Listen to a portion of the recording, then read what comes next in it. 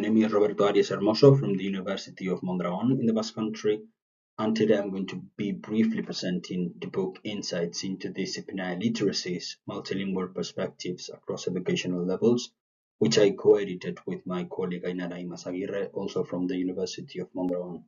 So the main goal of this book has been to explore how students learn to use language within different academic subjects. So what this book is about, right? So we start focusing on academic and disciplinary literacy, which are basically the skills that students need to understand and to communicate knowledge in school subjects. We understand, therefore, that language is not something unitary, and for example, that talking about history or writing about science takes different resources from students.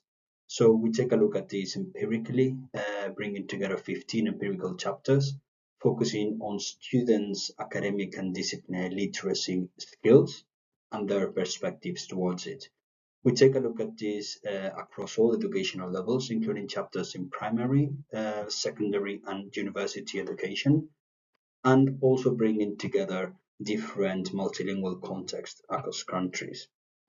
This is especially important because we bring papers and chapters that analyze or explore disciplinary literacies in first language context, some others in CLIL, in EMI, second language, but all in all, multilingual context. So the book is structured into 3 parts. The first is an introductory part, then followed by a first part focusing on the students' perspectives towards academic and disciplinary literacies, and then a final section focusing on their skills.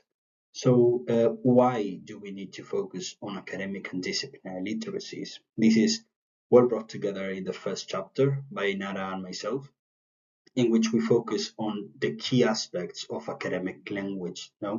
So academic success really depends on how well students can use language, and every subject has its own ways of communicating knowledge. So for example, explaining scientific process is very different than or from analyzing a historical event. So all in all, we understand that students need to learn these specific ways of using language. And this is something that is something complex because it is multidimensional and has multiple components. So it could be talking about text genres, cognitive discourse functions, pragmatics, vocabulary, and many other elements. So the second chapter in the book is by Julia Hutna and Ana Linares, and they talk about how bi- and multilingual disciplinary literacies, or BMDLs, operate a school. And they present these, bringing together European research from a cost action project, and they talk about how important it is to integrate language and content and how different areas that researchers are currently exploring. Bringing together the first section now, we start with students' perspectives towards academic and disciplinary literacies, and it has 5 chapters. The first chapter by Irene Soriano Flores and Emma Dafud is about rethinking biliteracy in business and economic CMIs. Then follows by a chapter by Nashwa Nashad Sobri about learning to walk before we run, which focuses on the theoretical aspects on how epistemological foundations are created in university, and then a chapter by Brian Hibbs, which focuses on the role of pre-service English as a second language teachers' instructional practice about academic discourse. Then we have 2 chapters about the digital literacy aspect of academic and disciplinary literacies by Suhaila Demirpolorak and Mohamed Al-Karsheh, and they focused on the digital turn in language pedagogy by bringing how this SAMR model can be linked with EFL learning, and the chapter by Letizia Cinganotto about academic Italian and cognitive discourse functions in higher education. So bringing together how international students understand and what their perceptions are towards academic language in Italian and CDFs. The second section starts with a focus on students' academic and disciplinary language skills, focusing particularly in these 3 chapters in speaking or interaction competence. So the chapter by Amael Larsundi, Tariani Kula, and Enrique Larrañaga focuses on how scaffolding sequences occur in upper secondary education, and the focus is on how teachers and students co-construct cognitive discourse function.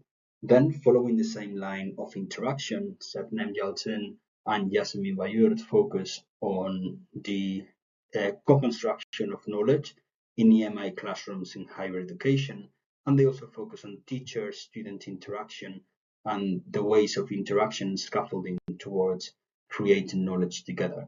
And then the final chapter by Alasareva focuses on disciplinary literacy and disciplinarity in academic presentations and how students present information in discipline-specific ways.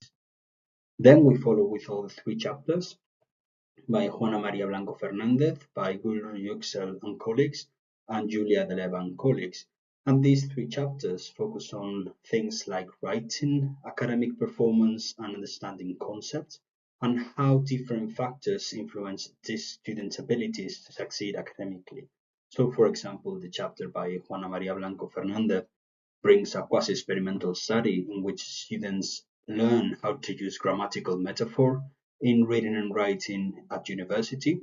Then the chapter by Yüksel and colleagues focuses on the role of grit, study habits, and academic performance in CLIL science lessons in a different CLIL context in which CLIL is not in English.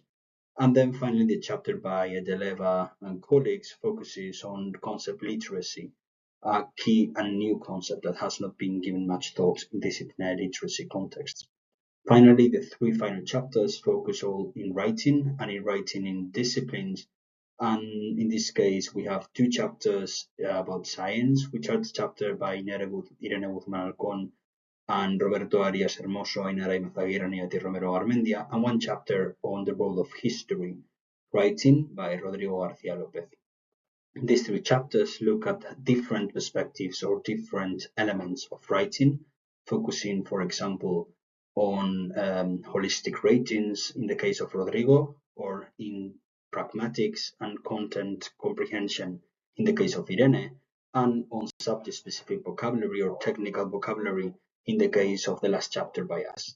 So to finish, we finish with a theoretical and final chapter on the research agenda of the future of academic and disciplinary literacy skills.